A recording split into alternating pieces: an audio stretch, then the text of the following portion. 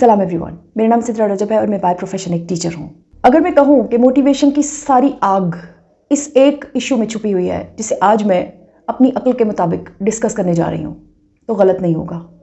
सबसे पहली बात तो ये कि मैंने अपनी अक्ल के मुताबिक इसलिए कहा कि जितनी भी मुझ में सेंस है, यकीनन मुझसे बहुत ज़्यादा समझदार लोग मेरे वीडियो को देख रहे होंगे, वो मुझसे बेहतर राय रख सकते हैं। I am not saying this that my words are definitive and absolute. ये सिर्फ वो है जो मैंने परसीव किया, और परसीव हम हमेशा अपनी सेंस के, अपनी इंफॉर्मेशन के मुताबिक करते हैं। सबसे पहले हम never laugh at your self को डिस्कस करेंगे। अबू जी कहते थे अपना मजाक महफिल में बैठकर मत उड़ाओ, क्योंकि तुम्हारे उठते ही ये काम ऑटोमेटिकली शुरू हो जाएगा। मैं सोचती रही, मैंने एक्सपीरियंसेस किए, दैट वॉज 100% ट्रू, लेकिन मेरे अंदर ही कहीं एक ट्रेन छूट जाने का एहसास था। ऐसे लगता था जैसे कुछ मिसिंग है। मुझ पर वक्त के साथ साथ मेरा अपना ही आप खुलता चला गया। मेरे अंदर कुछ ऐसी बातें थी जो मैंने आमतौर पर बच्चों में नहीं देखी। मुझे याद नहीं पड़ता कि मैंने कभी अपना कंपैरिजन किया होगा किसी के साथ अपनी होश में। इनफैक्ट मुझे ये फीलिंग बहुत देर के बाद वर्ड्स में नज़र आई, जब मैंने मुख्तलिफ लोगों से इंटरेक्ट करते हुए उनके मुंह से सुना कि मैं उससे बेहतर हूँ या फ़लाँ बेहतर है फ़लाँ से। तो ये चीज़ मेरे लिए बड़ी एक अजीब सी थी। मेरी एक दोस्त थी, इंतहाई हसीन, बहुत खूबसूरत। वो जब भी किसी पार्टी पे जाती, being married, she was invited always ऑफनली कि वो किसी पार्टी पे जाती, और उसने तैयार भी मेरे ही रूम में होना होता था, मेरे ही घर में होना होता था।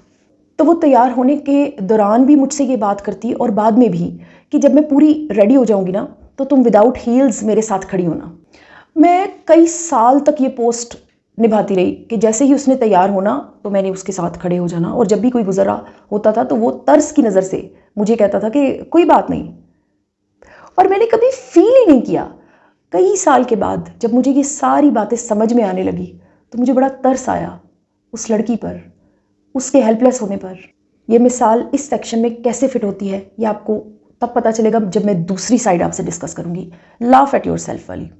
ये वो कैटेगरी है जो don't laugh at your self है, जिसको मैंने बचपन से अब्बू जी से सुनकर अडॉप्ट तो किया, समझ तो लिया, फाइंड आउट भी किया कि दिस वॉज राइट। एक बंदा अपनी बेइज्जती करेगा तो वो कैसे माशरे में इज्जत पा सकता है। लेकिन गेम चेंज कब हुआ ये मैं आपको बताती हूँ आगे चल के। मैंने बहुत बचपन में एक एक्सपीरियंस किया कि मुझे सब तंग करते थे और मुख्तलिफ नाम मेरे डालते थे, बड़ा ही तंग करते थे। मैं बहुत रोती थी। मेरे एक चाचू हैं, उन्होंने मुझे कहा, जब कोई तुम्हें ये कहे तो तुम हंसो, तुम ये फील करो कि ये जो कह रहा है ये ठीक है, इससे आगे क्या है, इससे आगे तो बात खत्म हो जाएगी। जब तुम खुद उनके सामने हंसने लगोगी तो वो तुम्हारा मजाक उड़ाना बंद कर देंगे। इतना बड़ा बॉम्ब था जो उन्होंने मेरे हाथ में दे दिया। I realised it.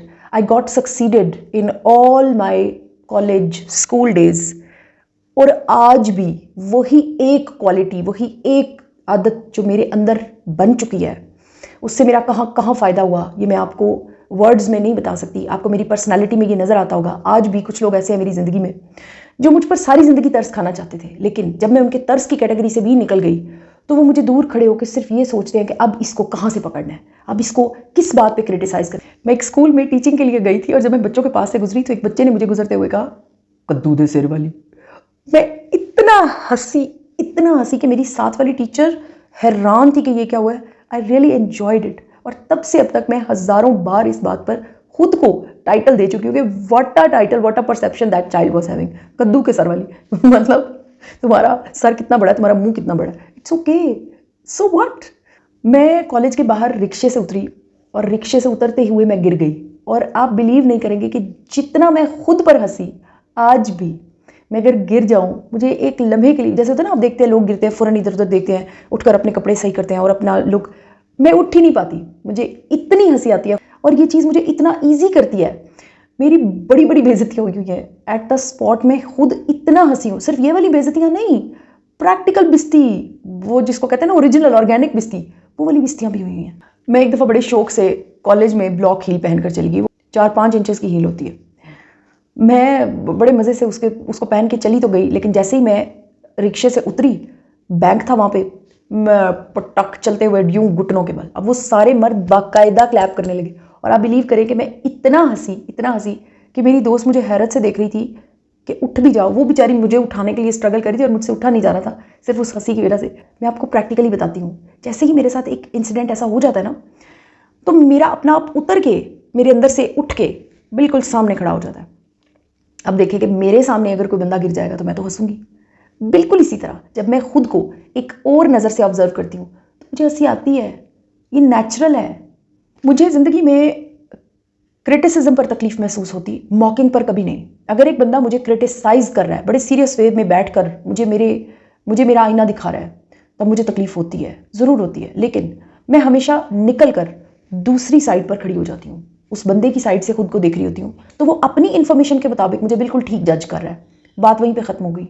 अब मैं आपसे एक ऐसा वाक़या शेयर करूँगी जो आपकी ज़िंदगी में ज़रूर कोई ना कोई तब्दीली लेकर आएगा। ये सारी जो पहले मैंने बातें की, बहुत छोटी छोटी बातें हैं। मैं मैट्रिक में थी, तो वैन में बैठते हुए बिल्कुल ऐसे मैं बेध्यान बैठी, तो पीछे एक कुंडा था जो कि काफ़ी मोटा था और ऐसे करके ना उसका एक बकल सा बाहर निकला हुआ था। मेरी कमर पे वो एग्जैक्ट जाकर लगा। उस वक्त तो मुझे कुछ नहीं, उस वक्त मुझे सिर्फ पेन हुआ, बहुत ज़्यादा पेन हुआ। लेकिन कुछ महीने के बाद वहाँ पर एक बम्प सा बन गया, उसके अंदर पस पड़ गई। डॉक्टर से चेक करवाया, हड्डी डैमेज नहीं हुई, इट्स ओके।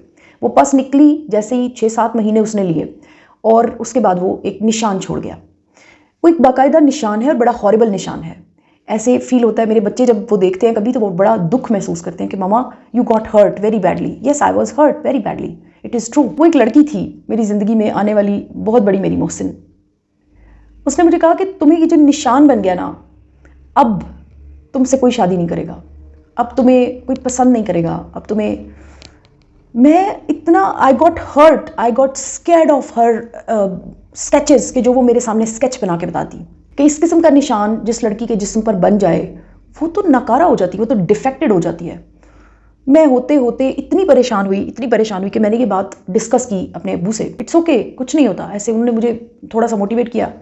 मैंने एक काम किया, मैं अपनी क्लास में गई, तो मैंने जाकर अपनी क्लास में ये बात डिस्कस कर दी कि मैं आप लोगों को बताऊं मेरी कमर पे सुराख है। तो एवरीबडी वॉज जस्ट सरप्राइज्ड, क्या कमर में सुराख, ये कैसी बात है? मतलब मैंने कहा मुझे वो जो वैन में चोट लगी थी ना, उसकी वजह से मेरी कमर पे सुराख है।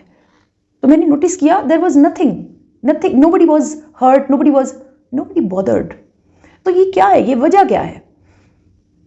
मैंने इस चीज़ को मज़ीद इन्हांस किया अपनी लाइफ में, मैंने इस चीज़ का जिक्र किया चंद लोगों में बैठ के। मुझे कुछ नहीं हुआ, बल्कि मैंने देखा वो बंदी जो मुझे डराती थी इस कॉन्सेप्ट से कि तुम्हारी कमर में सुराख है, नाउ यू आर डिफेक्टेड, उसको मैंने परेशान होते हुए देखा, परेशान होकर मुझे डांटते हुए, मुझ पे शाउट करते हुए, तुम्हें मैंने मना किया था इन चीज़ों के बारे में किसी को नहीं बताते। एक सेंटेंस उसके मुंह से निकला, बहुत काम आ गया मेरे, बहुत काम आ गया। उसने कहा इस किस्म के जो निशान होते हैं ना, उससे ऑपोजिट सेक्स के जो लोग होते हैं ना, वो आपसे अट्रैक्ट होते हैं, ये आपकी खूबसूरती होती है। मैं शॉक्ड थी। उसकी पहले वाली बात और अब वाली बात में ज़मीन आसमान का फ़र्क था। ये फ़र्क उसकी अपनी पर्सनालिटी का था, लेकिन मुझे ज़िंदगी दे गया, मुझे सिखा गया, मुझे कॉन्फिडेंट बना गया। मैं इतनी कॉन्फिडेंट हो गई। मुझे याद पड़ता है मैंने अपने अब्बू से ये डिस्कस किया जब मेरे हस्बैंड से मेरी फ़ोन पर बात हो रही थी, कि मैंने सबसे पहली जो बातें उनसे डिस्कस की वो यही थी। उनमें से यही था कि मेरी कमर पर एक बहुत बदसूरत निशान है, if you see this you will not like me. मेरा रहा साथ थ्रेट, कॉन्फिडेंस। आप सोचें कि जब आप अपने फॉल्ट को काउंट कर लेते हैं, अपने बॉक्स के अंदर डाल लेते हैं, अपनी गलती को पॉलिश करने का फैसला कर लेते हैं, nobody will laugh at you. मेरे पास ऐसी कोई प्रोडक्ट नहीं जिसे मैं लाफिंग स्टॉक बना दूं और इतने सस्ते में सेल आउट हो जाऊं। मेरे लिए ये चीज़ें कोई मानी नहीं रखती, मेरे लिए इन चीज़ों की कोई कीमत नहीं है। मेरे लिए उस चीज़ की कीमत है जिसे मैंने खुद बनाया है, जिसे मैंने खुद अडॉप्ट किया है, और वो मेरी सोच है। वो कोई कैद कर नहीं सका, वो कोई कैद कर नहीं सकेगा टिल द लास्ट ब्रेथ। अपने ऊपर हंसना शुरू करें, दुनिया खुद बहुत कंफ्यूज होकर आप पर हैरान होगी। ये बहुत बड़ी क्वालिटी है, ये बहुत बड़ी क्वालिटी है। मेरा ये वीडियो अगर आपको पसंद आए तो लाइक कीजिएगा और मुझे कमेंट्स में बताइएगा कि आप क्या सोचते हैं।